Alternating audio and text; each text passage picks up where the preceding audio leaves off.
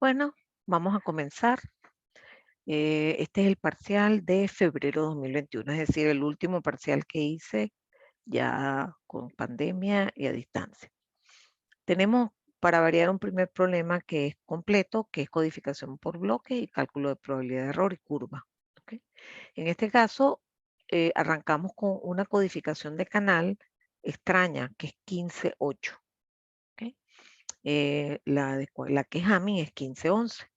Entonces resulta que aquí se decide, en vez de usar solo 4 bits redundantes, usar 7. Y yo afirmo que este tipo de codificación permite corregir 2 bits por cada 15, es decir, 2 errores por palabra.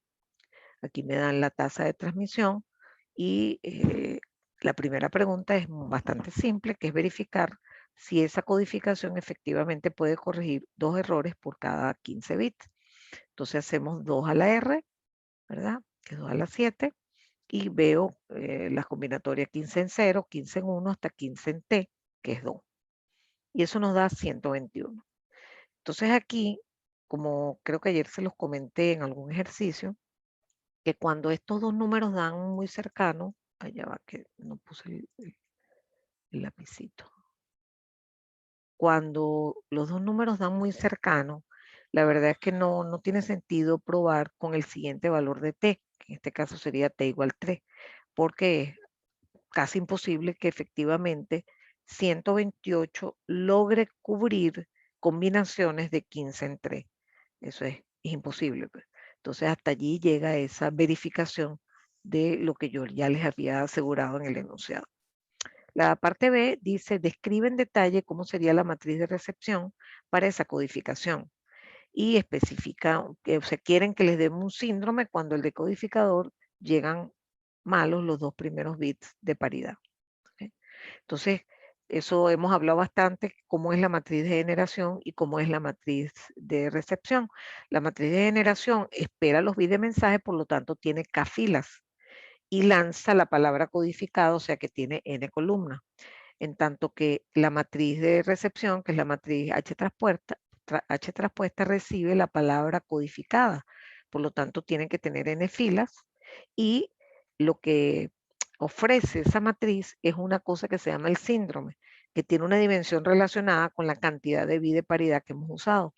Es decir, el número de columnas es igual a R. Entonces tenemos una matriz de 15 filas y 7 columnas.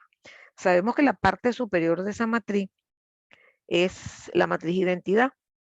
Entonces aquí escribo solamente unos cuantos elementos, los 4 primeros y después puse etcétera. O sea, me falta hasta completar la matriz, me falta porque es una matriz 7 por 7.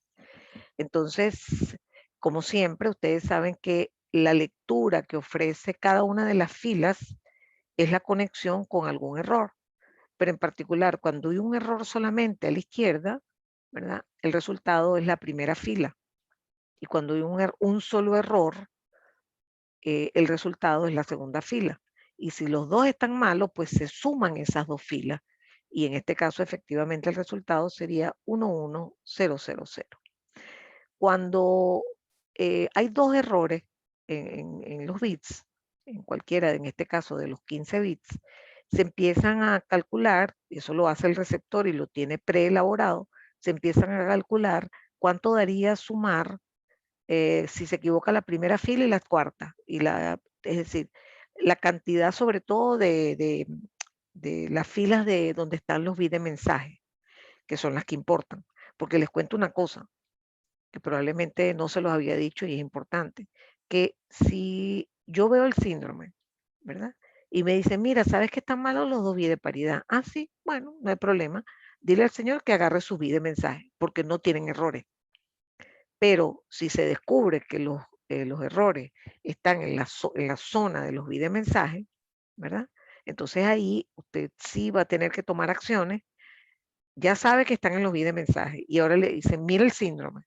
Entonces el receptor va a la tabla donde está y busca ese síndrome y dice, mira, no, los que están malos son el primero y el cuarto bit de mensaje. Entonces en este caso son 8 bits de mensaje. Entonces eso es importante porque en verdad uno dice, bueno, ¿qué se hace después de que uno lee el síndrome? Bueno, si son los bits de paridad no hace nada. simplemente le mandan los bits de mensaje perfectos y ya. Pero si los errores están, él o los errores están en los bits de mensaje, hay que hacerle el correctivo. Entonces, hay una diferencia importante entre tener errores en los bits de paridad que en los bits de mensaje. La siguiente pregunta pide un gráfico de valores, sin valores precisos, sin calcular nada, pero filosóficos. O sea, ¿cómo cree usted que es esa curva? Cuando se presenten las curvas comparativas de 15-8, que es el que estamos haciendo ahora, y el 15-11. Entonces, ahí uno se pregunta, a ver, ¿qué diferencia hay entre los dos? Primero, los bloques son del mismo tamaño. Ambos son de tamaño 15. Pero en el caso de Hamming se usan 4 bits redundantes nada más y en el otro se usan 7. En Hamming se sabe que se corrige un error por palabra por cada 15 bits y en este otro 15.8 se corrigen 2. No solamente se los dije, sino que ustedes lo verificaron. Entonces, creo que es muy sensato pensar, en principio, qué pasaría en esta situación particular. Bueno, se supone que el que corrige más errores es mejor, o sea, en principio. Entonces, eso es lo que nos lleva a calcular dos curvas de esta forma. La punteada sería no Hamming, ¿verdad? Y en principio, y la línea continua sería el Hamming 1511. Y por cierto, ¿verdad? Esto lo pinté con MATLAB. Y por cierto, fíjense que esto se va como juntando, pero uno puede tener la duda si ellos se cruzan. Sí, seguramente se van a cruzar en algún valor de E sobre eta en decibeles, pero digamos, no puedo especular, tendría que hacer cálculos para saber dónde se cruzan. Entonces, es posible que el cruce ocurra en valores negativos de E sobre eta en decibeles. Pero lo importante es que en este gráfico yo estoy presumiendo que estamos trabajando con una buena calidad de canal y entonces el 15.8 le gana al Hamming 15.11. ¿Okay? El 15.8 no es Hamming. Entonces, básicamente eso era lo que pedía, era una preguntita muy sencilla de 2 puntos. Y ahora empiezo a preguntar cosas más parecidas a las de siempre, que son, se sabe que para la codificación 15.8, la probabilidad de error por bit codificado, ahí en vez de darles sobre eta, etcétera, no, partí del valor de probabilidad de bit codificado y me dicen que vale 3,4 por 10 a la menos 4. Entonces me piden cosas que he pedido siempre, que es el número de bits de mensaje, el número de bits de paridad, malos a la salida. En otras palabras, necesito calcular PF, ¿verdad? Y luego, como me dicen que se envían 10 a las 10 palabras, pues fajarme a calcular lo que me hayan pedido, ¿no? Pero aquí la variedad es que como estamos hablando de una codificación que puede corregir 2 errores, entonces esta fórmula cambia. No, mentira, la fórmula no cambia. Cambian los valores para este caso particular. La forma es n-1 en t. Y aquí va PC a la t más 1. Entonces en Hamming siempre poníamos 1, 1, 1 y aquí poníamos 2. Aquí lo ponemos diferente, ¿verdad? Y entonces hacemos nuestro cálculo normal y obtenemos la probabilidad de error a la salida, de error por bit a la salida del sistema. ¿Okay? Si yo envío 10 a las 10 palabras codificadas, saben que cada una de esas palabras va a tener 8 bits de mensaje. Entonces basta con que multipliquemos la probabilidad final por la cantidad de bits de mensaje y tendremos aproximadamente el número de bits malos a la salida. ¿De acuerdo? Por cierto, no sé si aquí lo hice, déjame ver. No, aquí no lo hice. Les comento que cuando, digamos, la persona decide usar, en vez de este tipo de escenario, tratar de calcular todo con PW, ¿ok? Puede que los valores que se obtengan aquí difieran un poco, ¿ok? Porque pasa lo siguiente, la probabilidad de error por palabra es una fórmula larguísima que considera errores de 1 bit en la palabra, de 2 bits en las palabras, etcétera. Y al final uno termina simplificando esa cantidad y se queda con un solo elemento. ¿Okay? Y además a ese elemento lo vuelve a simplificar asumiendo que estamos en un sector de buena calidad donde la probabilidad de error es bajita. Entonces, eso es lo que me permite, por ejemplo, es pequeñita. eso me permite eliminar, aparte de que me permitió eliminar los términos en donde se trabaja con, por ejemplo, probabilidad de error al cuadrado comparada con probabilidad de error al cubo. Por ejemplo, PC cuadrado y PC al cubo. Si PC es bajo, entonces PC al cubo es despreciable con respecto a PC cuadrado. Pero además se hace otra simplificación y es que 1 menos PC tiende a 1, porque PC es muy chiquito. Entonces, esa aproximación de PW podría no ser válida o tan válida si no tenemos una buena, no tenemos una buena calidad de canal. Entonces, eso se lo he debido comentar en algún momento y creo que no lo he hecho. Entonces, bueno, siempre, nunca es tarde. Luego me hablan, fíjense que en este ejercicio voy como avanzando en las preguntas clásicas. En este caso me refiero a la velocidad para cada uno de los dos esquemas, 15.8 y 15.11, que son mis sistemas de comparación en este ejercicio, ¿verdad? Entonces, ya yo sé cómo es la cosa, la relación es n sobre k. Entonces, en el caso 15.8, la velocidad es mayor. Obviamente, por cada 8 bits, estoy metiendo 15. En cambio, en 15.11, por cada 11 bits, estoy metiendo 15. Entonces, es más modesta la exigencia sobre el canal. Entonces, bueno, eso era lo que se preguntaba, cuál exigía mayor ancho de banda en el canal. Ya sabemos que calculamos velocidad, pero como es no retorno a cero polar, numéricamente velocidad y ancho de banda es lo mismo. ¿Okay? Aquí coloqué en este mismo ejercicio una pregunta que podía haberla hecho aparte para otro sistema. Entonces aproveché el sistema y dije, hago una pregunta conceptual de cuál es el número de palabras codificadas en una determinada codificación. Usted sabe que usted manda al canal palabras, en este caso de 15 bits, pero realmente ese número 15 no es el que determina el número de palabras codificadas válidas, porque las palabras codificadas se construyen de la siguiente manera. Se toma los bits de mensaje, que son 8, se hacen todas las combinaciones, que son 2 a la 8, y cada una de esas combinaciones se le agregan los bits redundantes. Entonces, el número de palabras codificadas válidas en un código de bloque siempre es 2 a la k, que en este caso es 2 a la 8. Entonces, eso es algo interesante porque nos lleva a pensar en que esas palabras codificadas, si están bien diseñado el código, van a quedar bien separadas. O sea, es un subconjunto de 2 a la 15. Con 15 bits usted podía haber tenido 2 a la 15 combinaciones, pero esas 2 a la 15 escogió 2 a la 8. Si usted hizo un buen diseño de la matriz de generación, etcétera, de manera que cada bit de mensaje estuviese bien representado en los bits de paridad, usted seguro que va a tener palabras que van a estar como distanciadas si las pintáramos en un universo de constelación y usted va a tener menos chance de error. Entonces, eso es interesante que lo capten, ¿no? Y se lo lleven de recuerdo. Bueno, aquí les muestro una cantidad, un subconjunto de ejercicios que hice para ese examen, porque fueron aleatorios, a cada quien le correspondía alguno distinto, pero escogí algunos particulares de los que se hicieron en ese parcial. Eso lo hice, como les dije, módulo 7. La diferencia es que eran de desarrollo. Ahora van a ser muy similares a esto, pero de selección múltiple, tanto lo de OFDM como lo de espectro disperso. Entonces, por ejemplo, tomé un ejercicio de OFDM que se refería a dos canales inalámbricos, móviles inalámbricos A y B. En el canal A solo se tiene línea de vista, no hay ecos.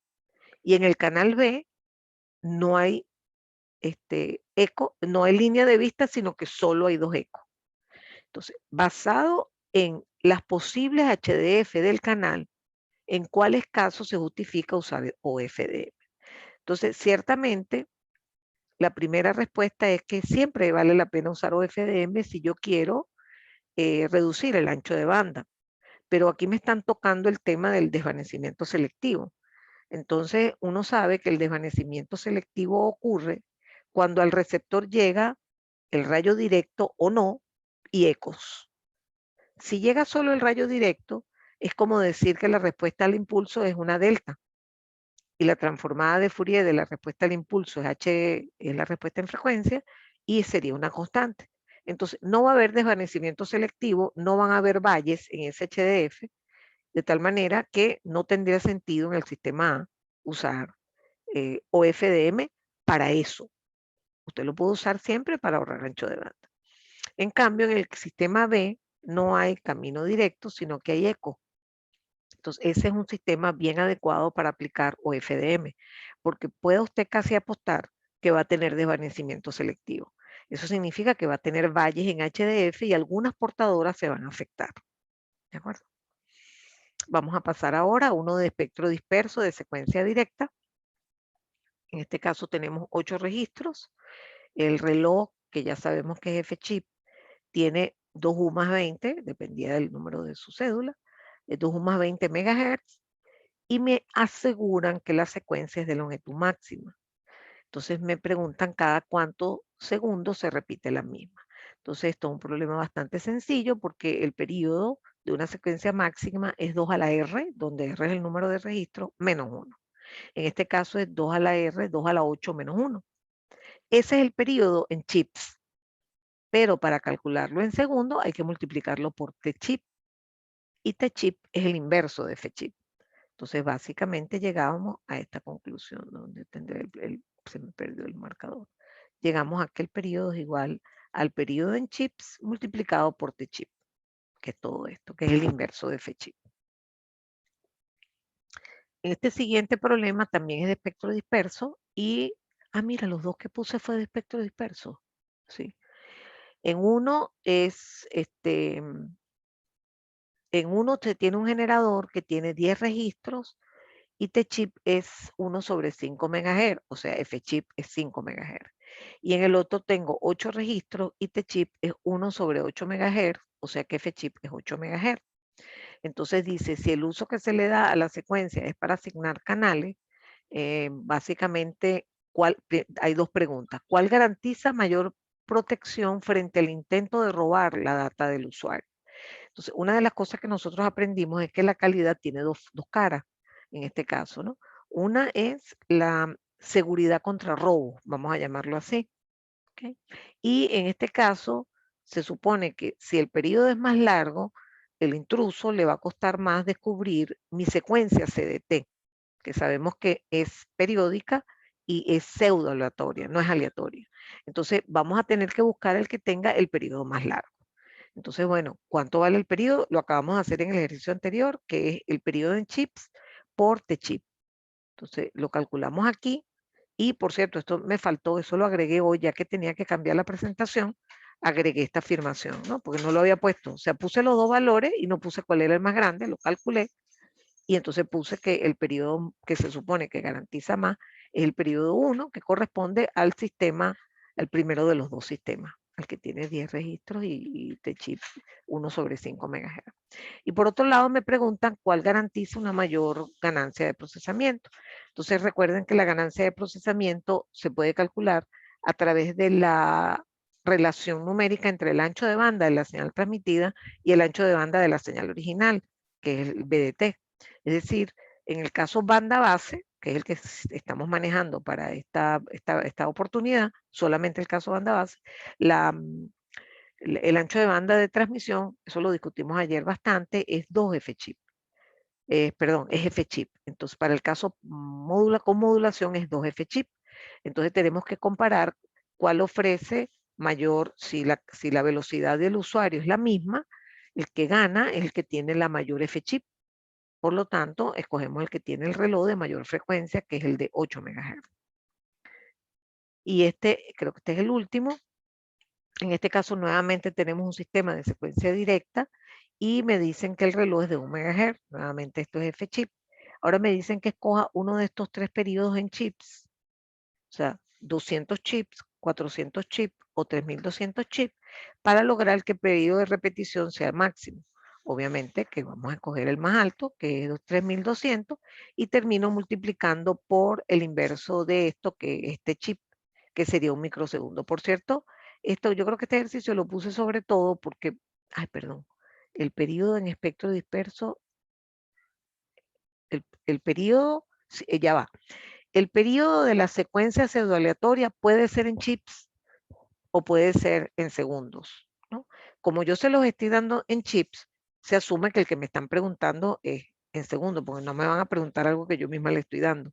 Entonces el que estoy pidiendo es en segundos, que es el que hace falta multiplicar por este chip. ¿De acuerdo? Ay, pero yo les iba a decir algo. Que yo puse este ejercicio sobre todo, porque fíjense cómo escribí microsegundos, ¿no? Es fastidioso para escribir el texto en algunos tipos de preguntas de módulo 7. Entonces no se sorprenda que lo escriba así, ¿no? Lo lógico es que lo ponga con la letra mu, ¿no? Pero es para, lo hice por eso. Pero creo que con esto terminamos, para ver si tengo otro. Ya va, déjame poner esto aquí. Sí, aquí tengo otro. En un sistema OFDM se usan un número de portadoras específicas para cada uno de ustedes y digo en cuánto están distanciadas. Entonces, en esta pregunta me servía para dos. En esta preguntaba el número de bits de entrada requeridos para una modulación que ustedes escogían, ¿verdad? Y en otra pregunta de las aleatorias preguntaba el ancho de banda. Entonces aquí aproveché de responder las dos. En primer lugar, el que escogió, por ejemplo, QPSK, sabe que cada símbolo básico necesita 2 bits. Entonces, el número de bits por símbolo FDM es 2 por el número de portadora. Si es 8 PSK, estamos hablando de 3 bits por cada símbolo básico, por lo tanto, tendríamos que multiplicar ese número por el número de portadora. Y para 16 QAM, que lo hemos visto hasta el cansancio, sería 4 por el número de portadora. En cuanto al ancho de banda, yo les hice un gráfico en un ejercicio de ayer. Saben que si uno tiene un número determinado de portadoras, entonces el espacio entre los picos máximos de las portadoras mínima y máxima es 2U, en este caso 2U más 20 menos 1. ¿Ok? Pero aparte salen los dos lóbulos laterales que me quedan, que también hay que sumarlos, que son un lóbulo a la derecha y un lóbulo a la izquierda que tiene un valor de FS, que es 200 kHz. Entonces al final el ancho de banda resultaba en este valor. Entonces, bueno, ahora sí, con esto terminamos este parcial. También nos tomamos más o menos la misma cantidad que resolviendo el otro. Y bueno, creo que tienen un escenario bien completo de el tipo de preguntas y de conceptos que deben tener claros para este parcial. Les sugiero siempre que empiecen. Yo sé que hay gente que ya está estudiando porque me están haciendo consultas, pero para los que no han comenzado, porque se entiende que están en finales de todo, les sugiero que estudien la teoría, se tomen un tiempito de la teoría y después sí, pueden ponerse a hacer algunos ejercicios, revisar algunos exámenes resueltos, videos con exámenes resueltos. Pero realmente lo más importante es que repasen y allí en ese sentido el archivo que les hice de dudas los puede guiar bastante en ese repaso de lo que usted tiene que saber para poder enfrentarse a los ejercicios. ¿Ok? Bueno, déjame ver quiénes me acompañaron hasta este momento. Ajá, déjame saludarlos. Bueno, de verdad que los que están son siempre los fieles y tal vez no es coincidencia que son los estudiantes que tienen las mejores calificaciones, pero que podían también tomarse su tiempo y ver la grabación después, pero bueno, han tenido a bien acompañarme y de verdad que yo lo agradezco. Me gusta que me hagan preguntas, porque es un poco, la docencia no presencial es un poquito extraña y sobre todo a uno que ha tenido toda la vida haciendo la docencia presencial, ¿no? Y estas cositas son para mí importantes. Así que bueno, se los agradezco y bueno, me despido, que estén muy bien, voy a cerrar la grabación.